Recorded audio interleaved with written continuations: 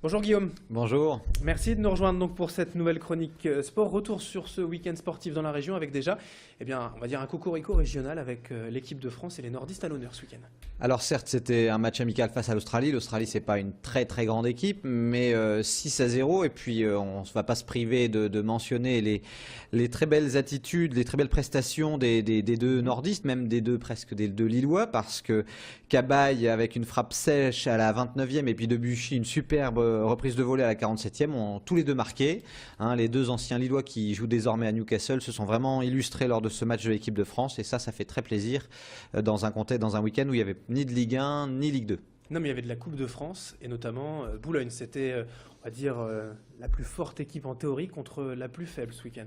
C'est ça, et il n'y a pas eu de surprise. Hermie s'est incliné 7 buts à 0. Boulogne n'a pas eu à forcer son talon, logiquement. Dunkerque s'est imposé face à Mons. Grande-Sainte l'a emporté, mais plus dans la difficulté face à Bondu, puisqu'ils ont, après un match nul un partout, ils ont dû aller jusqu'au tir au but 5-4 pour s'imposer.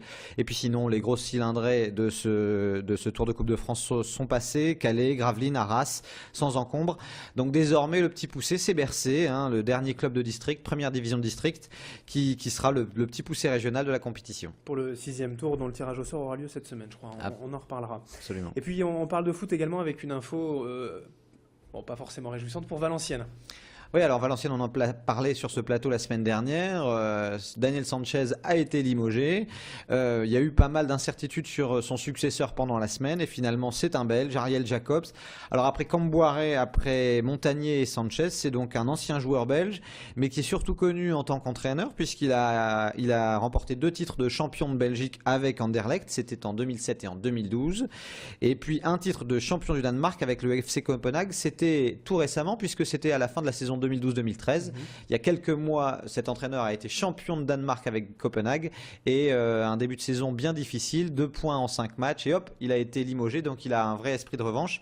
Alors qui est-il ce Ariel Jacobs? On dit de lui que c'est un fin tacticien, que c'est aussi quelqu'un qui parle pas beaucoup, mais qui tient les caractères, qui tient les hommes, et ça devrait être un entraîneur respecté à la tête de Valenciennes. Espérons que ça porte ses fruits en tout cas. Ouais, espérons pour VA.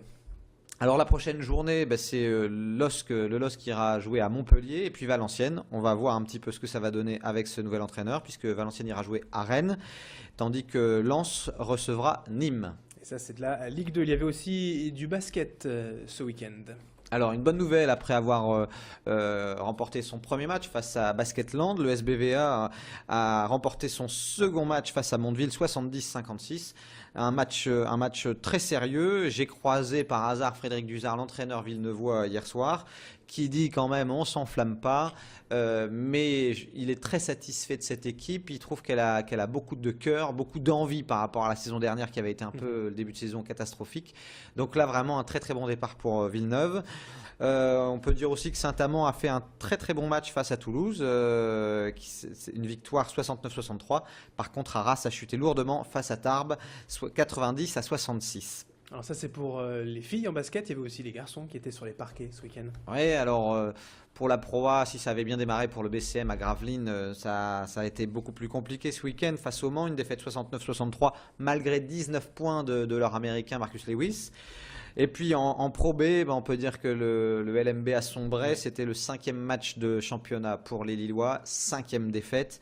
Là, on peut commencer à dire qu'il y a la crise, il y a le feu à la maison lilloise, et coach Abdou va devoir vite réagir, parce que ça va pas très bien.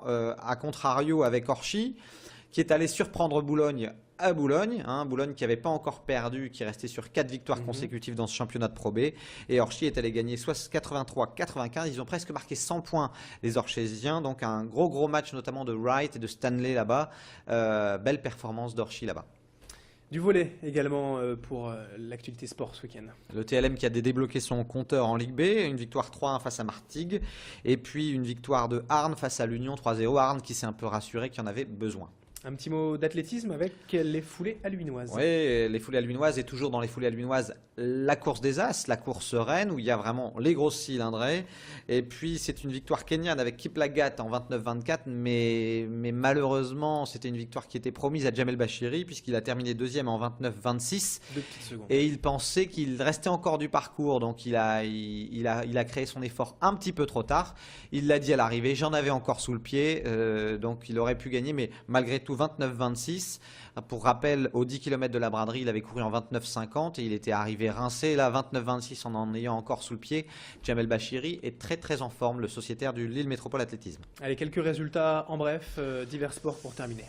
Oui, en rugby, le LMR qui n'a pas réussi à l'emporter à Nevers, hein, une défaite 29-15, une première période bien difficile pour les Lillois. Ils ont réagi en seconde mi-temps, mais c'était un peu trop tard. Ils ont poussé pour essayer au moins d'obtenir le bonus défensif, mais ça ne s'est pas passé. Et donc, une défaite 29-15 face à Nevers, mais on s'y attendait. Hein. Nevers, c'est quasiment le plus gros budget de la Fédérale 1, donc c'est normal. En handball, une troisième défaite en 3 matchs en Ligue des Champions. L'Homme qui a perdu face à Youth. En waterpolo, la première défaite de la saison pour Douai face à 7. Et puis, enfin, pour terminer, le beach cross à Berck qui a été vraiment tronqué à cause de la pluie. Mais Varnia et Potisek l'ont emporté dans les seuls manches disputées.